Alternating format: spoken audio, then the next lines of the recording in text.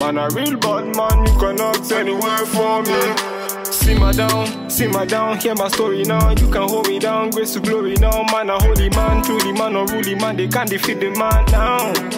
They can't hold me. Hello mes ambitieux, j'espère que vous allez bien, j'espère que vous avez passé de bonnes fêtes, j'espère que vous êtes rechargés à bloc pour cette nouvelle année.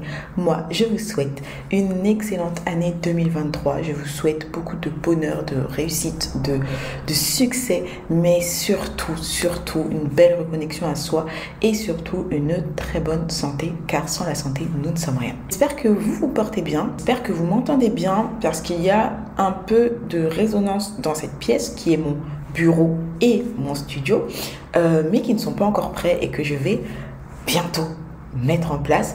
J'ai hâte de vous amener dans cette aventure avec moi d'ailleurs. N'hésitez pas à vous abonner, à activer la cloche de notification si ça vous plaît et si vous voulez voir la suite un peu de l'évolution de la chaîne Maman Ambitieuse.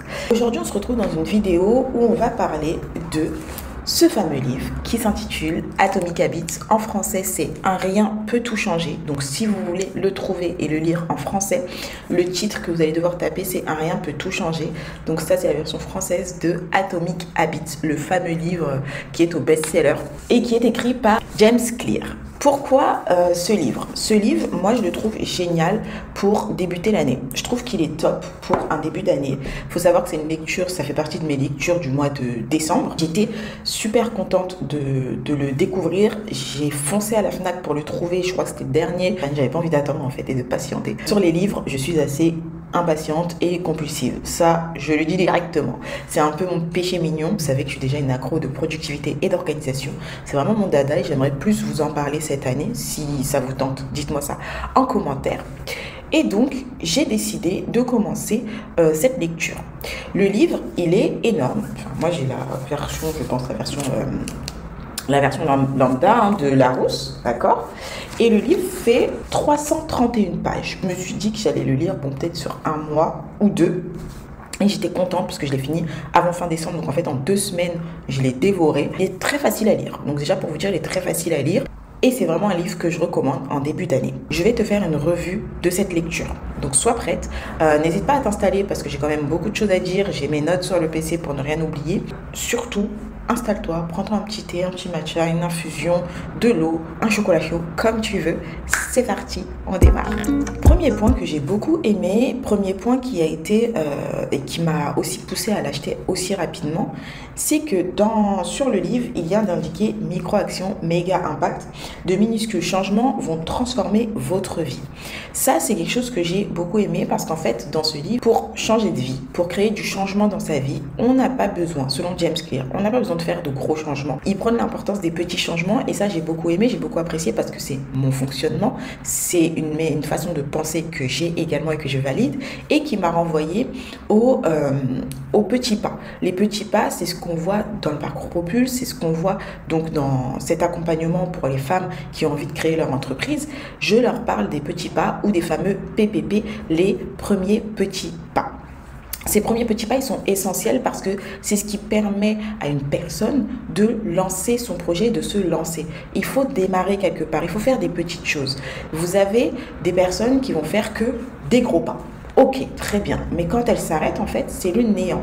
Tandis qu'il y a des personnes qui vont faire des petits pas. Et ces petits pas-là, plus on va faire des petits pas et que ça va être constant, plus on va avoir de grands résultats. Mais ça, je vous en parle juste après, parce que c'est le point suivant. Ce qui est juste génial, c'est que là, vous voyez, on rend les objectifs, les gros objectifs, accessibles à tous, en fait. C'est comme ça que moi, je le vois et c'est comme ça que j'essaye de véhiculer mes messages pour dire que tout le monde peut faire ce qu'il a envie de faire, tout le monde est capable. Cependant, il faut commencer par des petites habitudes minuscules comme des atomes pour pouvoir réussir à atteindre et créer et obtenir surtout de grands résultats. Le point suivant que j'ai beaucoup aimé, c'est justement de ne pas se concentrer sur ces fameux résultats. James Clear, lui, recommande de ne pas se concentrer sur des résultats, mais plutôt se concentrer sur les moyens. Il parle de se préoccuper du chemin parcouru et non des résultats. Pourquoi ? Parce qu'en fait, quand on se concentre sur les résultats, on peut rester bloqué, on peut rester figé. Tandis qu'ici, on nous parle de se préoccuper du moyen. C'est ce que j'aime énormément parce que ça nous rappelle aussi à la patience. La patience est une vertu, c'est une phrase que j'aime beaucoup. Souvent, beaucoup de personnes qui viennent à moi, qui viennent me demander des conseils, qui viennent pour des accompagnements, etc., viennent en pensant qu'en 1 mois, 3 mois, toute leur vie va basculer. Oui et non. Je m'explique. Quand on est aussi impatient et qu'on veut des résultats qui changent d'un coup, malheureusement, en général, il y a petit danger derrière. C'est comme une personne qui a envie de perdre 20 kilos. Si elle perd 20 kilos en 1 mois, on sait que sur la santé, c'est pas forcément bon et qu'il va falloir gérer s'il n'y a pas des carences, des choses qui se créent. Tandis qu'une personne qui perd 20 kilos sur la durée et de manière constante, c'est une personne qui potentiellement ne va pas forcément reprendre ses 20 kilos d'un coup, mais surtout, c'est une personne qui aura perdu de manière progressive et ce sera beaucoup mieux pour sa santé. La personne qui aura perdu ses 20 kilos en 1 mois aura plus de risques et plus de chances de reprendre des kilos en quelques jours, quelques semaines ou quelques mois. Donc là, l'idée, c'est d'aller dans la continuité, d'analyser le chemin parcouru et en mettant de bonnes habitudes. Mais les habitudes, c'est quoi? Depuis tout à l'heure, je vous parle d'habitudes, il faut quand même que je vous donne la définition des habitudes. Les habitudes sont l'intérêt composé de l'amélioration de soi. Obtenir 1% d'amélioration par jour finit par compter énormément sur le long terme.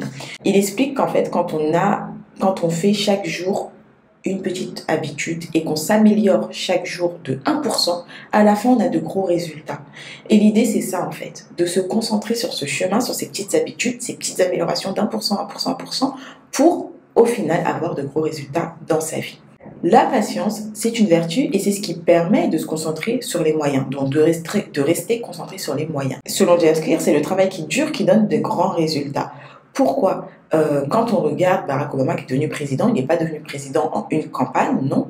Il a d'abord fait des études, il s'est d'abord beaucoup formé, un peu de manière autodidacte, il a fait beaucoup de lectures, il a commencé à travailler dans ce domaine-là, dans le domaine de la politique, il a été aux côtés de Michelle Obama, dans un cabinet d'avocats, avant de devenir président des États-Unis. Donc, c'est l'histoire de beaucoup d'années et il aurait pu ne pas devenir président des États-Unis, j'ai envie de dire. Je vais vous prendre l'exemple aussi de grands entrepreneurs ou de Beyoncé, parce que j'aime beaucoup Beyoncé, donc pourquoi pas prendre son exemple, qui est chanteuse, mais elle n'est pas devenue chanteuse du jour au lendemain. Certes, on peut avoir un talent, mais talent sans travail, ça n'aboutit à rien et ça amène une chute. Donc, l'idée ici, c'est de travailler avec de bonnes petites habitudes pour finir par avoir de grands résultats. Si je prends moi mon exemple, je sais que quand j'étais ado, j'étais une personne beaucoup plus colérique, j'étais beaucoup plus agressive verbalement. Je pouvais être aussi assez, pas forcément négative, mais je pouvais être un peu pessimiste, un peu râleuse. Voilà, j'avais ce côté râleuse. Et si en fait j'avais pas pris des bonnes petites habitudes qui ont commencé par l'écriture, qui ont ensuite continué avec la lecture, si j'avais pas pris ces petites habitudes dans mon quotidien, je serais sûrement restée la même qu'avant. Et non, en fait, là l'idée c'était d'évoluer, de devenir la femme que je suis aujourd'hui. Et la femme que je suis aujourd'hui, c'est cette femme très optimiste, rêveuse, beaucoup moins râleuse, moins colérique, même si je le suis toujours, mais beaucoup moins qu'avant. Et donc, ça fait énormément de bien, ça se ressent et je le vis mieux. Et ça, c'est par des petites habitudes, comme le fait d'écrire un peu tous les jours, de lire un peu tous les jours. Et ça devient des habitudes, des choses que je fais très facilement. Aujourd'hui, même si je mets un laps de temps et que je ne le fais plus, quand je reprends, en fait, c'est très simple parce que ce sont des habitudes très simples, très ancrées en moi. Donc, c'est beaucoup plus simple pour moi de recommencer, de reprendre ces superbes habitudes qui font du bien et qui me permettent d'évoluer. L'autre point concernant le fait de se concentrer sur les moyens et non les résultats, c'est aussi de garder en tête que selon James Clear, les gagnants et les perdants ont les mêmes objectifs. J'aime beaucoup cette phrase parce qu'elle permet de prendre conscience et de se responsabiliser et de se dire ok, est-ce que j'ai envie de faire partie de cette team de gagnants, je mets des guillemets, c'est vraiment son expression à lui et son terme à lui, ou est-ce que je vais faire partie de cette team de perdants? Je vous prends pour exemple, il y a sûrement une personne qui a le même objectif que vous et qui a réussi. Et vice-versa, il y a sûrement une personne qui a le même objectif que vous, mais qui n'a pas réussi et vous avez déjà réussi dans cet objectif-là. Ok? Vous pouvez être aux deux endroits. Ici, il faut se dire que la différence qu'il y a, en fait, ça va être les différences au niveau des petites habitudes qui ont été mises en place. Toi, derrière cet écran, peut-être que tu as déjà mis des habitudes en place qui t'ont permis d'atteindre tel objectif. Tandis que l'autre personne qui a le même objectif que toi n'a pas mis en place ces petites habitudes. Peut-être que pour trouver ton emploi, tu as mis en place des habitudes, le fait de faire ton CV, postuler tous les matins pendant 30 minutes et obtenir le poste de tes rêves. Tandis que la personne à côté n'a pas pris le temps de travailler sur elle, ni même de postuler pendant 30 minutes tous les jours après son café, et donc aujourd'hui n'a toujours pas trouvé le poste idéal, le poste qui lui correspond, et n'a toujours pas décroché d'entretien. Parce qu'en fait, les habitudes diffèrent entre les deux, tout simplement. Et là, l'idée, c'est pas de se concentrer uniquement sur les résultats, mais surtout sur la petite habitude. Est-ce que j'ai fait ce que j'avais à faire aujourd'hui? Donc ça, c'est un exemple assez gros, mais tout ça pour se rappeler que vous pouvez avoir les mêmes objectifs qu'une autre personne. La seule différence, ça va être les moyens que vous vous donnez et ce que vous faites dans votre quotidien. Et enfin, point suivant, avant qu'on arrive dans une grosse partie, une phrase que j'ai beaucoup aimée, c'est que les habitudes façonnent votre identité. Et ça, j'en suis fan. Pourquoi? Vous savez très bien que je suis fan de la reconnexion à soi. Je vous parle énormément du fait de se trouver, de se concentrer sur soi. Et ça, James Clear l'explique très très bien dans le livre. Il explique que les habitudes, en fait, on ne doit pas les choisir en fonction des autres personnes. On ne doit pas choisir l'habitude la plus en tendance. On doit choisir des habitudes qui renvoient à notre identité et à la personne que nous souhaitons devenir. Est-ce qu'aujourd'hui, tu es la personne que tu souhaites devenir? Est-ce qu'aujourd'hui, tu as conscience que c'est à toi de décider de qui tu souhaites devenir?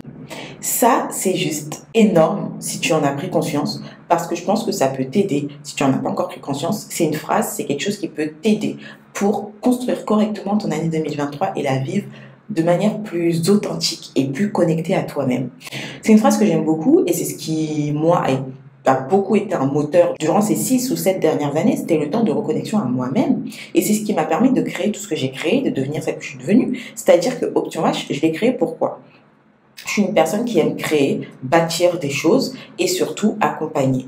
Et donc, avec ces envies et avec cette personne que j'ai envie d'être, j'ai choisi de me lancer dans des projets qui me correspondaient. Notamment Option H que vous connaissez, qui est un projet où j'accompagne des femmes et je les aide elles aussi à bâtir. Je leur transmets toutes ces informations, tous ces acquis pour qu'elles puissent bâtir elles aussi, se lancer leur projet, changer de vie et être plus épanouies. Et surtout, je leur transmets mes valeurs. Donc ça, j'en suis très fan et c'est ce que j'ai fait. Donc, je fais en sorte d'appliquer des petites habitudes pour entrer dans ce monde qui est le mien, pour devenir celle que je veux être. L'autre exemple, je suis une personne qui me concentre uniquement sur la qualité. La qualité, c'est très important pour moi et ça, je m'en suis rendu compte parce que durant ces 3 dernières années, je me suis énormément concentrée sur m'acheter des produits plus qualitatifs, même s'il y a toujours d'autres produits qui sont moins qualitatifs, c'est vraiment une transition, un changement que j'ai commencé à faire il y a 2-3 ans parce que j'en avais envie, acheter des produits qui viennent de créateurs, créatrices, acheter des produits qui me correspondent, qui ont de meilleures compositions, qui nous ramènent dans un univers, dans une bulle, dans ma bulle à moi de bien-être et de qualité. C'est très important, c'est pour ça qu'il y a plein de choses que je n'accepte pas. Je sais qu'on m'a déjà proposé des partenariats sur Instagram pour des produits, des choses où moi je ne m'y retrouve pas dedans. Donc j'aurais pu gagner dans ce sens-là et me dire ok, je me convertis, je deviens simplement créatrice de contenu et influenceuse et je fais des partenariats, je prends l'argent et voilà. Mais non, parce que ces produits-là, je ne vais pas les utiliser, je ne vais pas les porter, donc il n'y a pas d'intérêt pour moi. Et ça ne me correspond pas. Tandis que les produits que j'ai achetés par moi-même, que j'ai choisis, ce sont des produits qui me correspondaient. Et dernièrement, il y a d'ailleurs des marques qui m'ont contacté et pour des produits qui me correspondaient. Donc j'étais hyper contente parce que au final, sans même me dire je vais faire des partenariats ou quoi que ce soit, parce que moi je suis concentrée sur mes autres activités, eh bien, il y a quelques marques qui sont venues vers moi pour me dire on aimerait bien vous envoyer ça pour tester et que vous nous fassiez un retour. Tout simplement. Donc j'étais assez contente de découvrir certaines marques et d'ailleurs vous verrez ça, mais ça se passe plus sur Instagram. N'hésitez pas à me rejoindre sur Instagram si ce n'est pas encore fait. Donc ça c'est très important et c'est dans cette même dynamique que j'ai décidé de lancer le projet qui arrive et dont je vous en parlerai un peu plus ce mois-ci, donc restez connectés. Je peux déjà vous annoncer quelques petites choses. C'est un projet où moi je vais pouvoir m'amuser, m'épanouir encore plus et rajouter. C'est une autre dimension. C'est totalement différent d'Option H. C'est des projets qui se complètent ou pas à voir, mais c'est un autre projet qui me tient à cœur. Et où je vais pouvoir m'amuser, vous proposer de belles choses, des choses que moi-même je consomme, des choses que moi-même je crée aussi. Donc je pense qu'on va bien s'amuser, j'ai hâte de vous en dire plus et je vous laisse deviner en commentaire. Donc tout ça pour vous dire que j'ai été hyper contente quand j'ai lu tout cet aspect où il nous parle de se reconnecter à l'identité. Il y a d'ailleurs même un schéma qui nous parle de ça. Maintenant, on va passer à la partie où James Clear aborde comment adopter une nouvelle habitude. Dans ce livre, ce que j'ai aimé, c'est il nous donne des superbes recettes et différentes recettes sur comment adopter une bonne habitude. Il nous parle des 4 lois que lui a mis en place et qui permettent de se créer une bonne habitude, de bonnes habitudes. Mais il parle aussi de comment se défaire des mauvaises habitudes. Parce qu'il explique dans son livre que les mauvaises habitudes sont plus faciles à mettre en place et à garder qu'une bonne habitude. Et les mauvaises habitudes sont plus difficiles à retirer qu'une bonne habitude. Donc, une mauvaise habitude peut venir et rester ancrée assez longtemps si on n'y fait rien.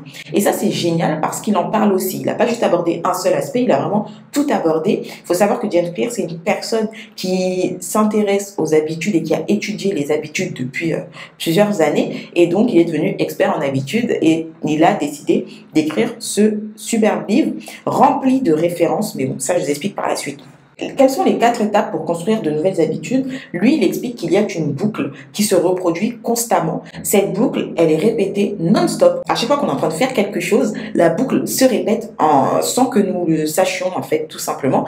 Parce que ça se fait au niveau du cerveau et que c'est comme ça et que c'est ancré dans nos habitudes et que ça fonctionne de cette manière-là. Les 4 étapes de cette boucle qui se répètent, et ils se répètent toujours dans le même ordre, ce sont déclencheur, envie, réponse, récompense. Je vais prendre un exemple qui est tiré du livre pour vous imaginer ça et pour que vous puissiez comprendre. On va prendre l'exemple du café, ok? Le fait de prendre un café quand on se réveille le matin. Le déclencheur ici, c'est vous réveillez. Votre envie, c'est être en forme. Donc être en forme, être réveillé, voilà, se réveiller quoi. En réponse à cette envie, qu'est-ce que vous allez faire? Vous allez vous servir une tasse de café.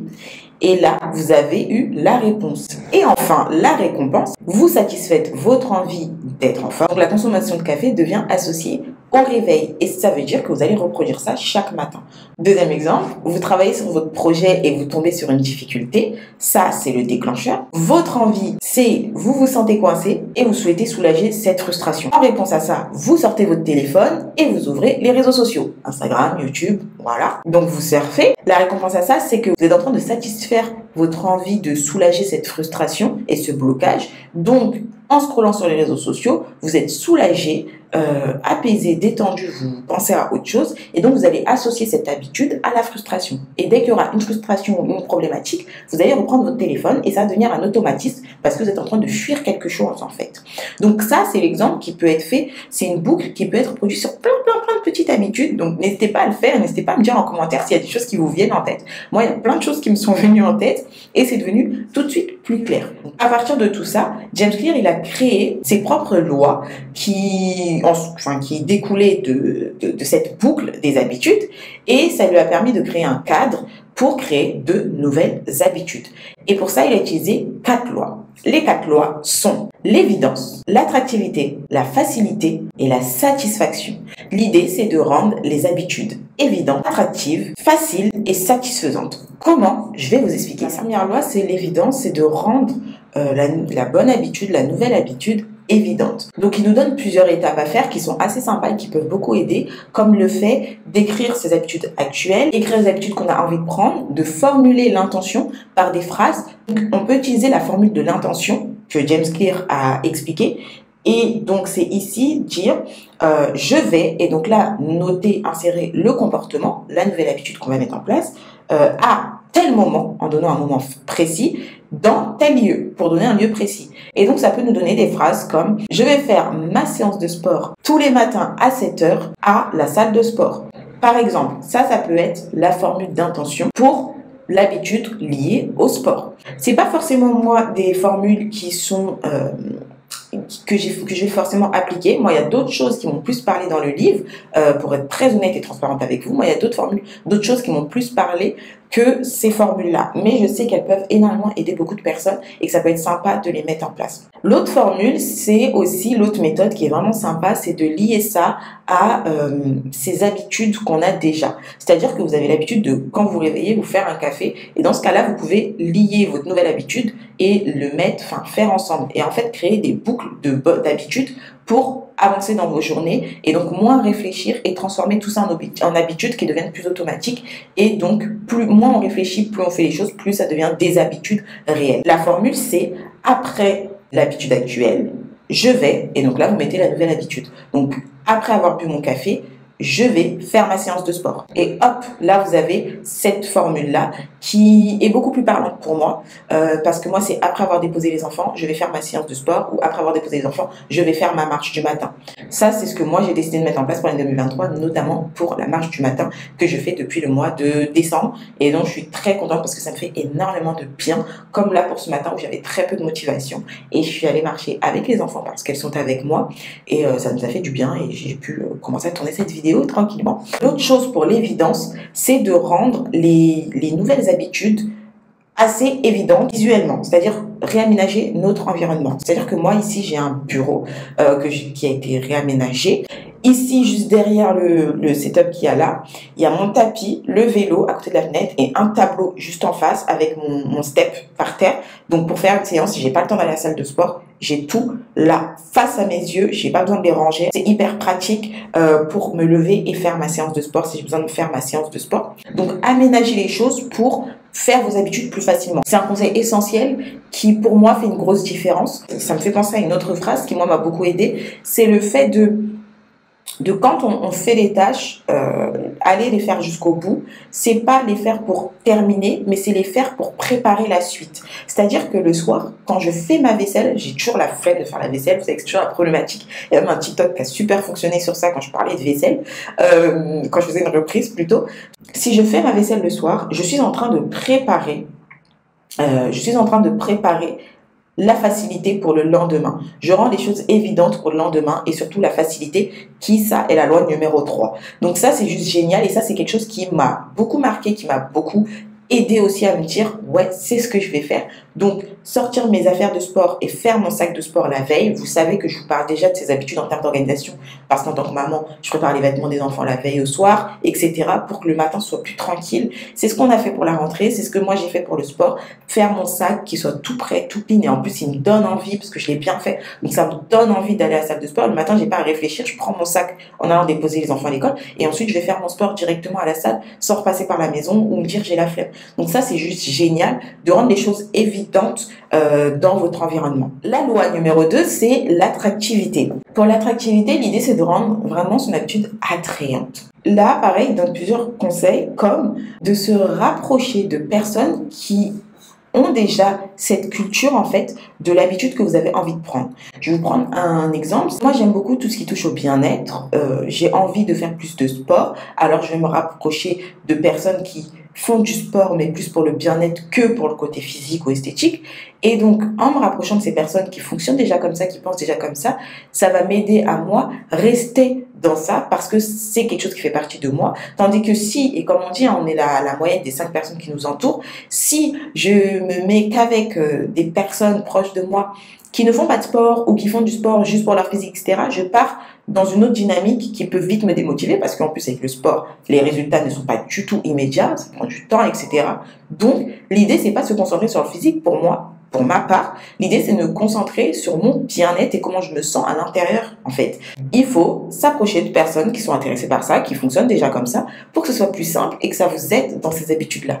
Idem, dans l'entrepreneuriat, je recommande d'aller vers des personnes qui partagent un peu cette façon de penser aussi. Ça ne vous empêche pas d'échanger avec d'autres personnes, mais c'est bien de vous créer ce noyau qui peut vous aider à tenir vos habitudes, tout simplement. L'autre exemple, c'est aussi de se créer des rituels de motivation. Et donc, ce rituel de motivation consiste à faire des choses que vous appréciez juste avant une habitude assez fastidieuse. Avant de lire, si c'est fastidieux pour vous, je sais pas, allez vous préparer une infusion ou allez chercher votre couette. Vous voyez, ça vous fait un petit rituel. Et moi, en fait, je prends ma couette, je m'installe sur le canapé, mon livre, mon stabilo, parce que j'aime surligner, et hop, je suis dans ma bulle en train de lire. Je mets mon téléphone en ne pas déranger, comme ça, pas de notification et je suis pas coupée dans ma lecture et je suis pas tentée d'aller regarder mon téléphone ou les réseaux sociaux au lieu de lire. Et je fais ma lecture tranquillement et ça me permet d'avancer plus sereinement et d'avancer dans mes habitudes. Donc ça, c'est aussi sympa. On va passer à la troisième loi. Troisième loi, c'est la facilité. Rendez vos habitudes faciles. Donc c'est pour ça qu'il faut penser, selon James Clear, à réduire les contraintes, réduire toutes les étapes, tous les process là qu'il y a dans ces habitudes. C'est je me lève, je prends un livre et je lis une page. C'est simple. Par contre, si c'est ça devient trop compliqué. Donc, un rituel de motivation, comme on l'a dit juste avant, avec l'attractivité, c'est sympa. Mais s'il y a trop d'étapes à faire, là, ça devient plus fastidieux. Donc, pensez vraiment à vous dire, je vais rendre cette habitude facile. Donc, là, avec la règle des 2 minutes dont James Clear nous parle dans ce livre, l'idée, c'est que la nouvelle habitude doit seulement faire 2 minutes et pas plus. Donc, on veut reprendre le sport cette année, c'est de se fixer l'habitude d'entrer à la salle de sport, d'accord? Donc, tous les jours, entrer à la salle de sport. Et à partir du moment où on rentre dans une salle de sport, en général, on fait une séance. Mais entrer dans une salle de sport, oui, ça ne prend pas plus de 2 minutes, littéralement. Donc, l'objectif est atteint. Et enfin, dernière partie, la dernière loi, la satisfaction. Rendez votre habitude vos habitudes satisfaisantes. Alors, 2 choses à retenir dans cette partie. La première chose, c'est que vous pouvez en fait vous récompenser quand vous réussissez une habitude. Alors, l'idée, c'est pas j'ai fait mon sport et je vais manger un McDo ou j'ai fait mon sport et je vais aller faire du shopping parce que si vous faites ça tous les jours, à la fin du mois, c'est compliqué pour les comptes. Par contre, voilà, une petite satisfaction, une petite récompense, ça peut être assez sympa. Et pour ça, moi, je sais qu'il y a quelque chose de très très simple qui me fait énormément de bien, c'est d'utiliser un tracker. Le fait de traquer ses habitudes, donc de noter, de lister mes habitudes et de cocher à chaque fois que j'ai fait mon habitude, c'est une satisfaction que ça crée en moi qui me fait énormément de bien, et de faire le bilan à la fin, c'est génial. Et à la fin, de me dire, peut-être à la fin du mois, là, je vais m'offrir quelque chose d'un peu plus important. Mais ça peut être des petites satisfactions assez minimes, hein. Vraiment des choses assez sympas, comme j'ai fait ma séance de sport, j'ai fait toutes mes séances de sport de la semaine, donc c'est le moment de faire mon bain, ou de me faire un bain, ou de m'offrir un bain, etc. Pas forcément des choses qui sont coûteuses où vous devez dépenser, etc. Pas forcément. La deuxième chose à retenir dans cette partie, et je m'arrêterai là parce que sinon cette vidéo va être beaucoup trop longue, James Clear parle du fait de ne pas briser la chaîne. Donc c'est-à-dire que selon lui, quand on loupe une habitude, c'est pas si grave que ça, mais l'idée c'est de ne pas la louper une seconde fois. Parce que quand on la loupe une seconde fois, après on a vite tendance à continuer de louper son habitude. Donc l'idée c'est vraiment de faire tout son possible pour éviter un maximum de briser la chaîne ou encore de donc louper l'habitude et de encore recommencer tout l'effort à zéro en fait. Voilà. Donc ça, c'est ce qu'il faut retenir de cette partie sur la satisfaction. Moi, je vous laisserai aller lire le livre et je vous recommande de lire le livre en détail pour en savoir plus sur tout ça parce qu'il y a beaucoup d'exemples, il y a énormément d'études, énormément de références. Donc c'est ce que j'ai aimé dans cette lecture. La dernière chose à vous dire qui était intéressante selon moi dans ce livre, c'est qu'ensuite il aborde de la même manière toutes les étapes et toutes les astuces pour effacer les mauvaises habitudes. L'idée, lui, c'est de faire des inversions. Voilà, il parle d'inversion dans le livre et d'inverser tout ce qu'on apprend pour mettre en place une bonne habitude, d'inverser tout ce processus pour enlever les mauvaises habitudes. Donc, par exemple, pour la facilité, ça c'est faciliter les bonnes habitudes et rendre difficile les mauvaises habitudes. Si vous avez tendance à tout le temps utiliser votre téléphone toute la journée pour scroller les réseaux sociaux et que ça vous empêche de travailler, dans ce cas-là, soit vous donnez votre téléphone à une personne proche de vous et qu'elle vous rend votre téléphone uniquement quand vous aurez terminé votre tâche. Et là, ça vous rend difficile le fait d'aller scroller sur les réseaux sociaux. Ou alors, regardez trop la télé, vous regardez trop Netflix et vous faites pas assez de sport. Dans ce cas-là, ce que vous pouvez faire, c'est faire du sport, faire du vélo d'appartement, et tant que vous n'avez pas fait du vélo d'appartement pendant 30 minutes, vous ne pouvez pas allumer la télé par exemple. Ça, c'est des exemples qui sont donnés dans le livre, etc., qui sont assez bien expliqués. Donc, n'hésitez pas à aller checker tout ça. Pour conclure avec cette lecture, c'est vraiment un livre que je recommande à toute personne parce qu'il est facile à lire. Ce livre, je l'ai aimé. Si je devais lui mettre ma note, je lui mettrais une note de 8 sur 10. 8 sur 10 parce que même 9, un bon 9, parce que évidemment il y a d'autres livres que j'ai préférés, donc je ne peux pas lui mettre un 10 sur 10. Cependant, c'est vraiment un très très bon livre que je recommande, qu'il faudra avoir dans sa bibliothèque, qu'il faut prendre quand on perd en motivation. D'ailleurs, il aborde la motivation. Il dit même que la motivation n'est pas suffisante pour réussir. Il nous parle aussi du fait d'avoir certains gènes, enfin bref, beaucoup de choses sont abordées, et donc ce livre, pour moi, c'est un indispensable à avoir dans sa bibliothèque. Cependant, il m'a énormément rappelé Miracle Morning, puisque j'avais déjà lu Miracle Morning il y a très longtemps. Donc il m'a beaucoup rappelé certaines choses que j'avais déjà apprises dans le Miracle Morning. Donc si vous avez déjà lu Miracle Morning, bah, c'est bien pour continuer et d'apprendre de nouvelles choses. Mais sachez qu'il y a des choses qui peuvent être redondantes, ou vous rappeler en tout cas ce livre-là de Hal Elrod. Le livre, il est rempli de références, d'études, de reprise de travaux, donc ça c'est assez top parce que ça vous donne aussi plein de choses en termes de culture générale, d'information, tout ça, donc c'est cool. Et après on peut aller plus loin parce qu'il nous met les annexes, etc. Donc ça c'est très très intéressant si vous voulez vous enrichir. J'espère que cette revue vous aura plu. N'hésitez pas à me dire si vous l'avez déjà lu, si vous avez prévu de le lire, et si vous avez prévu de l'acheter ou pas. Je vous mets un lien Amazon pour vous procurer ce livre si vous le voulez. Il est en bas dans la description de cette vidéo. Je vous dis à très vite. On se retrouve dans une prochaine vidéo, et n'hésitez pas à me dire si ce genre de vidéo revue vous plaît et vous fait du bien. Bye bye.